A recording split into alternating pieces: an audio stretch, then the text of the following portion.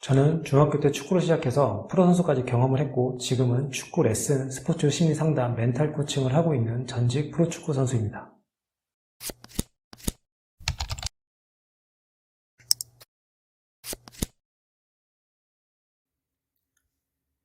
안녕하세요. 축구 상담소의 쿨브리즈입니다.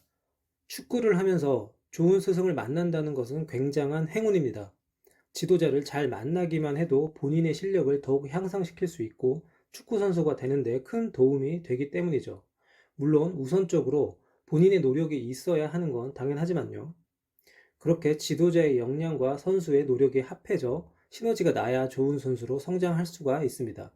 그래서 먼저 지도자가 원하는 선수가 되려는 노력을 해야 합니다. 그러기 위해서는 지도자가 어떤 선수를 좋아하는지부터 알아야 하겠죠. 그래서 오늘은 축구 지도자가 좋아하는 선수 유형 5가지라는 주제로 얘기를 해볼까 합니다.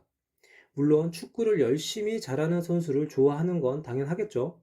하지만 오늘 제가 알려드릴 부분은 기술이나 전술적인 부분도 포함되지만 마인드나 태도에 관한 부분이 많기 때문에 본인 생각에 축구를 잘 하지 못한다 하더라도 충분히 본인의 것으로 만들 수 있는 것들이에요. 그러니 잘 생각해 보고 무엇을 어떻게 해야 할지 고민해 보시길 바랍니다. 그럼 시작해 보겠습니다. 우선 첫 번째는 하나를 알려주면 열을 하는 선수입니다. 머리가 좋고 센스가 좋은 선수들이죠. 쉽게 얘기해 응용 능력이 좋다고 보면 됩니다. 이런 선수들은 특정 상황에 대처하는 방법을 알려주면 그 방법을 다른 상황에서도 적용을 합니다. 순간순간 번뜩이는 플레이를 하는 것이죠. 지도자가 이런 선수를 좋아할 수밖에 없는 이유는 굳이 많은 시간을 투자해 교육을 하지 않아도 되기 때문입니다.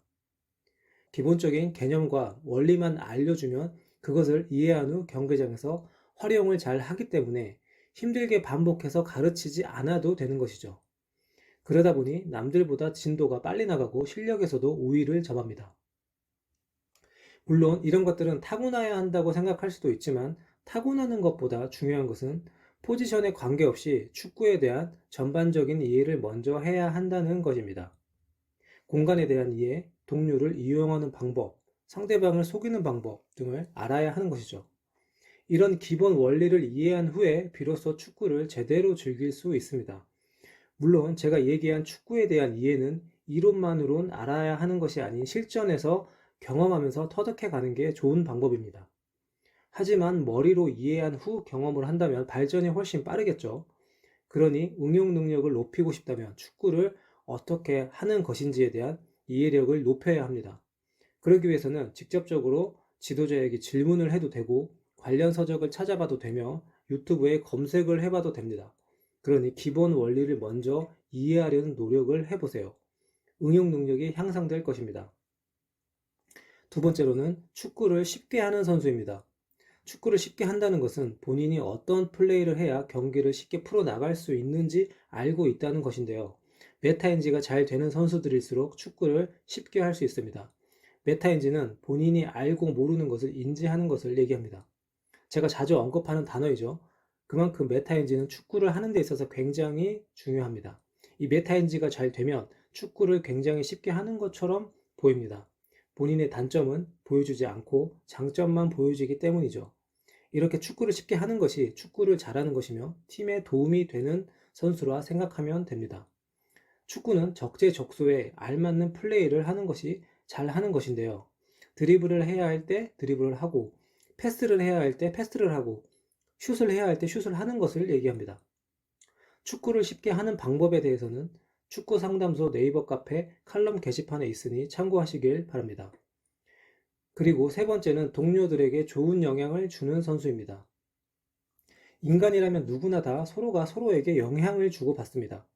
많은 선수가 모여있는 축구팀에서는 그렇게 서로 주고받는 영향력이 굉장히 크겠죠. 그렇게 선수들은 서로에게 영향을 주고받으면서 상호작용을 하게 됩니다. 보통은 한 살이라도 많은 선배가 후배에게 영향을 주는 경우가 많이 있습니다. 혹은 비교적 실력이 좋은 선수가 그렇지 않은 선수에게 영향을 주기도 하죠. 훈련 태도가 좋거나 실력이 좋은 선수들이 많으면 동료들이 그 영향을 받아 훈련 태도가 좋아지거나 실력이 더 상승하는 이유이기도 합니다. 인간은 한 집단에 들어가면 소외되는 것이 싫어서 그 집단 사람들이 하는 행동을 본능적으로 따라하게 되기 때문이죠. 그렇기 때문에 지도자들 또한 다른 선수들에게 좋은 영향을 주는 선수를 좋아할 수밖에 없습니다. 훈련 태도가 좋다든지 긍정적인 마인드를 가지고 있다든지 아니면 책임감이 강한 선수라든지 말이죠. 그래서 보통 동료들에게 좋은 영향을 줄 수 있는 선수에게 주장을 맡기기도 합니다. 팀을 위해서 말이죠. 그러니 축구 실력과 관계없이 기본적인 말투나 행동을 하는 데 있어서 항상 조심해야 합니다.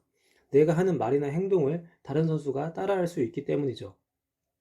그렇게 다른 동료들에게 좋은 영향을 주는 선수가 되어야 합니다. 그것이 본인에게도 훨씬 이득이 되고 스스로를 동기부여하는 방법이기도 하기 때문입니다. 네 번째는 예측이 가능한 선수입니다. 예측이 가능하다는 것은 먼저 경기장에 들어가서 꾸준한 경기력을 보여줄 수 있어야 한다는 것인데요. 항상 비슷한 수준의 경기력을 보여주면 지도자는 그 선수에 대한 신뢰가 생기고 어떤 상황에서도 그 선수를 명단에서 빼는 일은 없을 것입니다. 전략적으로 불가피한 상황이나 부상이 아니라면 말이죠. 훈련을 할 때도 마찬가지겠죠. 항상 꾸준한 노력을 하는 모습을 보여줬을 때 지도자는 그 선수를 좋아할 수밖에 없습니다. 그 외적으로도 기본적인 규칙이나 생활 습관에서도 모범적인 생활을 하는 선수는 지도자가 가장 선호하는 선수들입니다. 인간은 미래의 불확실성을 굉장히 싫어하고 이런 선수들은 그 불확실성이 거의 없는 선수들이기 때문이죠. 그러니 무언가 하려는 생각보다 우선 튀는 행동을 하지 말아야 합니다. 그게 예측 가능한 선수가 되는 첫걸음입니다. 마지막으로 다섯 번째는 자존심을 내려놓을 줄 아는 선수입니다. 축구 뉴스를 보면 경기에 대한 기사를 제외하고 가장 많이 나오는 기사가 뭔지 아시나요? 바로 지도자와 선수의 불화입니다. 보통 지도자와 선수의 불화는 대부분 자존심 싸움에서 비롯되는데요. 자존심은 남에게 굽히지 않고 스스로 품위를 지키는 마음을 얘기하는 것입니다.